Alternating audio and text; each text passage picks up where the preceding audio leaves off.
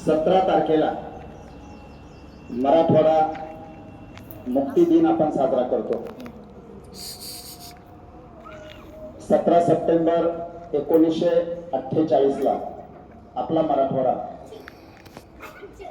निजामाच्या तावडीतून मुक्त झाला आणि स्वतंत्र भारताचा एक अविभाज्य भाग म्हणून मराठवाड्याला ओळख मिळाली।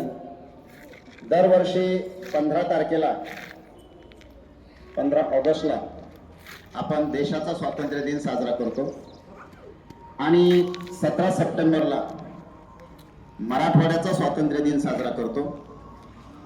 परंतु दोन स्वातंत्र्य दिन साजरे करता येणार नाहीत, त्यामुळं मराठवाड्याचा मुक्ती दिन आपण साजरा करतो। ते सुद्धा खऱ्या अर्थाने स्वातंत्र्यच आहे, कारण देशाला स्वातंत्र्य मिळाल्यानंतर 1 वर्षापेक्षा जास्त काळ आपण निजामाच्या तावडीत होतो।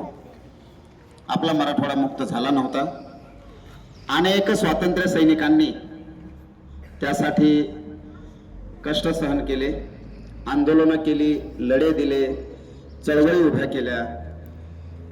आपला हा मराठवाडा मुक्त व्हावा आणि तो स्वतंत्र भारतामध्ये सामील व्हावा यासाठी बलिदान दिलं आणि त्या सगळ्या प्रयत्नांचं फळ म्हणजे 17 सप्टेंबर 1948 ला आपण निजामाच्या तावडीतून मुक्त झालो।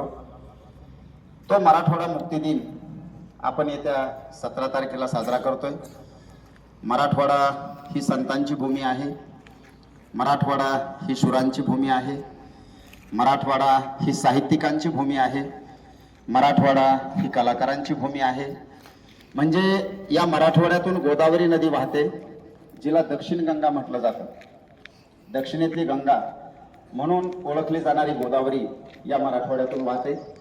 या गोदावरीच्या काठाने फक्त शेतीच सुपीक केली नाही, तर इथल्या माणसांची मनं सुद्धा सुपीक केली आणि त्यामुळे संत महंतांची भूमी म्हणून या मातीची ओळख महाराष्ट्रामध्येच नव्हे तर संपूर्ण देशभरामध्ये निर्माण झाली।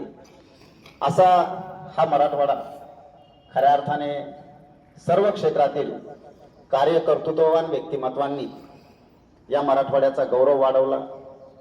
ज्यांनी ज्यांनी हा मराठवाडा समृद्ध व्हावा, इथली माणसं समृद्ध व्हावीत, त्याचबरोबर निजामाच्या तावडीतून हा प्रदेश स्वतंत्र व्हावा, स्वतंत्र भारतामध्ये तो सामील व्हावा, यासाठी खस्ता खाल्ल्या, परिश्रम घेतले, तुरुंगवास भोगला, गोळ्या झेलल्या, त्या सर्वांच्या प्रती कृतज्ञता व्यक्त करण्याचा दिवस म्हणजे 17 सप्टेंबर आहे। आणि त्यामुळे संपूर्ण मराठवाड्यामध्ये खरं तर निजाम स्टेट मोठं होतं, त्यामध्ये महाराष्ट्राचा काही भाग होता, आंध्र प्रदेशचा काही भाग होता आणि कर्नाटकचा काही भाग होता। या तिन्हीचं मिळून निजाम स्टेट तयार झालेलं होतं। या प्रदेशावर निजामाचं राज्य होतं आणि हे तिन्ही प्रदेश मुक्त झाल्यानंतर जो कर्नाटकचा भाग होता तो कर्नाटकमध्ये गेला, जो आंध्रचा भाग होता तो आज तेलंगणा म्हणून ओळखला जातो आणि जो महाराष्ट्रातला भाग आहे तो मराठवाडा। या सर्व प्रदेशामध्ये 17 सप्टेंबर हा दिवस आनंदाने साजरा केला जातो। अनेक दिवसांच्या खडतर परिश्रमाचं ते यश होतं। त्यामुळं ज्यांनी मिळवलं आणि ज्यांनी ते मिळालेलं पाहिलं त्या सर्वांना तो आनंद गगनात मावणार नाही एवढा आनंद होता। जसं स्वातंत्र्य मिळाल्यानंतर संपूर्ण देशवासियांना आनंद झाला, तसं मराठवाडा मुक्त झाल्यानंतर, कर्नाटकमधला काही भाग मुक्त झाल्यानंतर, आंध्रमधला काही भाग तेलंगणा मुक्त झाल्यानंतर या सगळ्या प्रदेशातील लोकांना फार आनंद झाला आणि तो आनंद आपणही दरवर्षी साजरा करतो। जर मराठवाडा मुक्त झाला नसता, तो स्वतंत्र भारताचा हिस्सा झाला नसता, तर आपण आज कुठं असतो हे आपल्यालाच गॅरंटीने सांगता आलं येणार नाही किंवा सांगता आलं नसतं। कारण निजामाची इच्छा पाकिस्तानमध्ये जायची होती, ते एकटं जाणार नव्हतं, ते आपल्याला सुद्धा घेऊन जाणार होतं। परंतु त्या स्वातंत्र्य सैनिकांचे उपकार आहेत की त्यांनी या भारत भूमीमध्ये आपल्याला समाविष्ट केलं स्वातंत्र्य देऊन।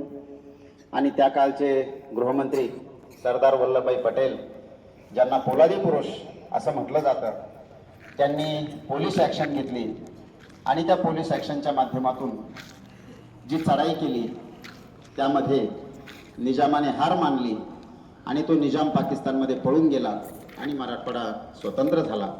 त्यामुळं ज्या दिवशी आपल्याला मुक्ती मिळाली, ज्या दिवशी आपण निजामाच्या बंधनातून मुक्त झालो, स्वतंत्र झालो, तो दिवस आपण दरवर्षी मोठ्या भक्तिमय वातावरणामध्ये साजरा करतो.